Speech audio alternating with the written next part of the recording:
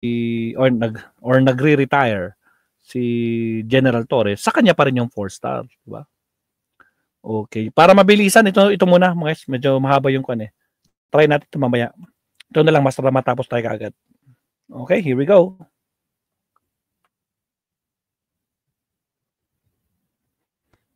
Pasok. Na lang po ng konting insights, ano po, kasi wala po kaming makausap sa Napolcom. Ano po, ang gustong malaman ng ating mga kababayan, siguro as a matter of education na rin, kasi sa inyo, alam na alam niyo po ito, abogado rin po kayo, di ba? Paano po yan kung si General Torre, 4-star, si Nartates, ngayon 3-star, di siyempre, ipopromote po dapat siya na 4-star. So, dalawa na po yung 4-star lalabas. Pwede po bang dalawang 4-star o hindi rin po pwede yun? Hindi po pwede yun, sapagkat sa ating table of organization, ay isa lang ang posisyon ng GPNP na mayroong 4-star rank. So hanggat hindi binabakante ni General Torre yung kanyang rango, hindi siya nag-retire o nag-resign sa serbisyo, hindi maibibigay ang kanyang rango sa iba. Pero pwede, Colonel, na ang PNP chief ay 3-star general tapos mayroong floating na 4-star general. Mangyayari yan. Yan ang mangyayari. Gano'n. So pwede pala. Kaya parang awkward po yun ng PNP chief ay hindi pinakamataas na rango sa PNP.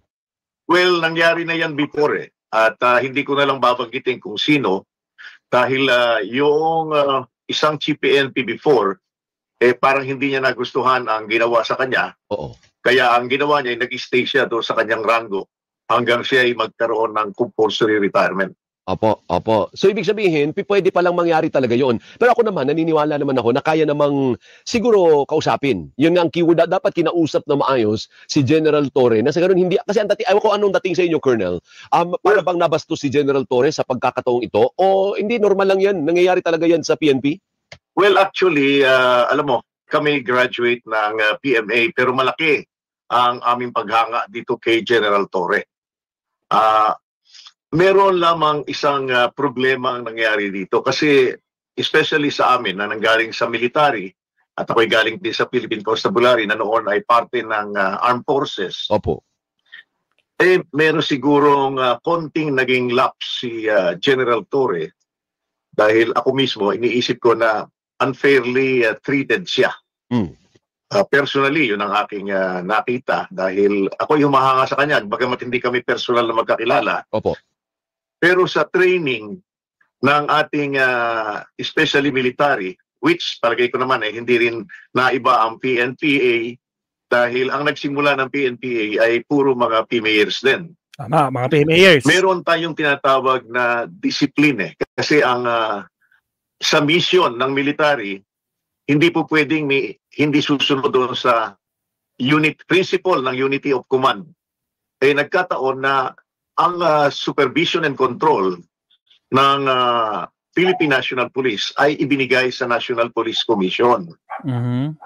After magkaroon ng review, yung inawang reshuffle ni General Torre, sa palay ko naman ay intended niya talaga na ma-streamline niya at talagang kumpleto ang kanyang control sa pulisya, ay nakaligtaan niya na mayroong nakatataas sa kanya. Kasi ang very basic ang principle kasi ng disiplina eh. Ang commander ay responsible sa lahat ng gagawing maayos at hindi maayos ng kanyang unit. At ito ay importante, especially sa giyera, dahil hindi po pwedeng merong magkakaibang desisyon. Tama. So si Colonel, si General, sa palagay mo, na meron din siyang, kagaya ng sinabi ni Senator Ping, meron din siyang parang overreach sa kanyang otoridad. Sumobra, lumabis din siya sa kanyang otoridad. Well, later on yan ang lumalabas dahil matapos na pagsabihan na siya at binawi na yung kanyang ginawang reshuffle, parang lumabas pala doon sa flag ceremony ng PNP na pinakilala pa rin niya yung sinasabi niya, ito yung aking deputy, no? Kumbaga dinify, parang sinuway niya. Sinabihan ka na, hindi mo pa rin sinunod. Yon, natipay niya. Alam mo kasi ang, kumbaga, bagamat yan ang nasa batas, pero extension ng presidente ang Napolcom eh.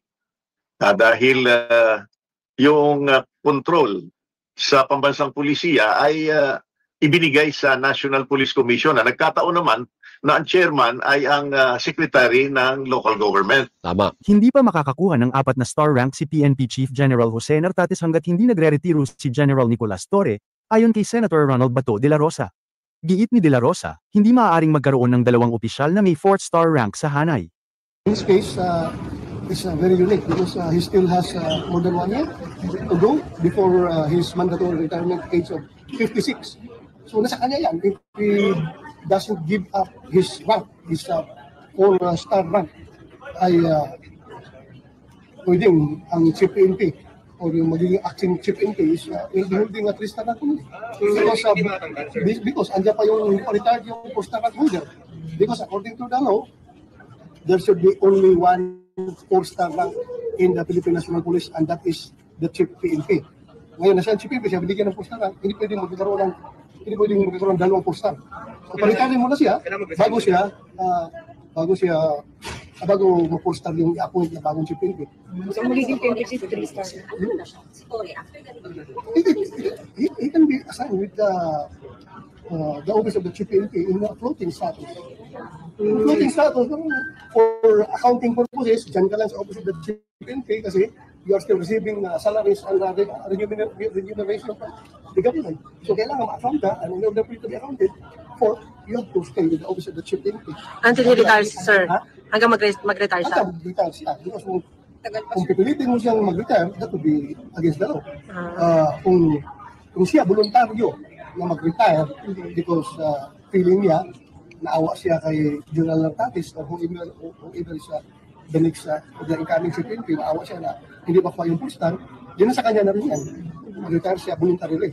Hanggat hindi siya mag-retire, nasa kanya ang 4-star na, hindi talaga pwede magkakaroon ng 2 4-star sa PNP. Ngayon, ang option is, kung mag-retire, halimbawa, sige, mag-early retirement na lang ako, sabi ni General Torre. Agad-agad po, si Nartates, ipopromote po yan para maging 4-star General Colonel. Ganun ba ang sistema dyan sa ano? Ganun na mangyayari dyan. Okay. So, pero kung hindi naman ngayon, halimbawa, magsabi ni Torre, hindi, dito muna ako. So, ang magiging senaryo natin, may 4-star na naka-floating, ang PNP Chief, 3-star.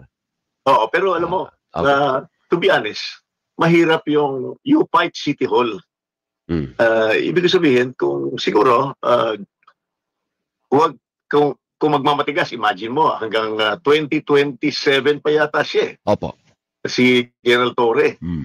Isipin mo bang, pwede ka bang mag-hold on doon sa sitwasyon na naka-float ka as a 4-star general? Siguro, mas maganda pa yung aksipin niya na lang yun. Yung, para, hindi naman just to pacify him, but for his own peace of mind. Kasi mahirap mong kalabanin yung mga nasa itaas eh. Tama na. Especially, it will also promote division in the ranks. Hunyog, halikan na kasama ka.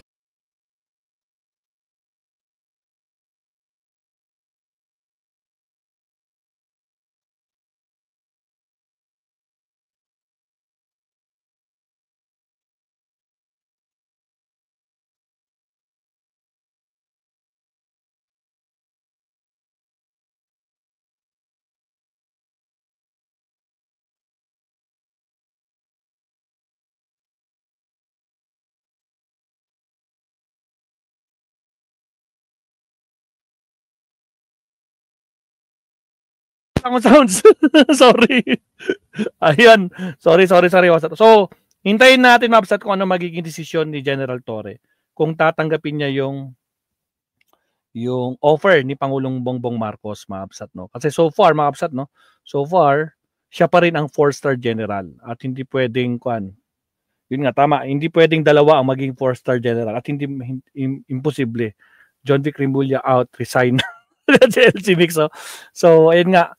So far, aabangan natin ang susunod na kabanata kung anong magiging final decision ni General Torre, kung mag-early retirement ba siya o kung hindi, i-giveaway niya na yung 4-star at tatanggapin na yung trabaho na binibigay ni Pangulong Bongbong Marcos. At saka mas mabigat talaga yun, mabsat, kasi bali-balita sa amin. Tawag nito, mamomroblema yung mga corrupt na official. Mabsat, yung mga corrupt. So, ayun. Wala akong sounds pa din. Naka-on naman ako. Wala pa rin sounds. May sounds na ba? May sounds na ba? Wala na. Wala pa. Press 1 nga kung may sounds. Press 2 kung wala. Tapos nag-press 2 kayo, no? Nag-press 2 kayo, meaning narinig niyo yung press 2. Naka-on naman. Naka-on naman. Kanina walang sounds, alam ko. Ayun, meron na. Sabi niya Christy Jam. Oh, mayroong sounds. So, ayun nga mga kapsat, no?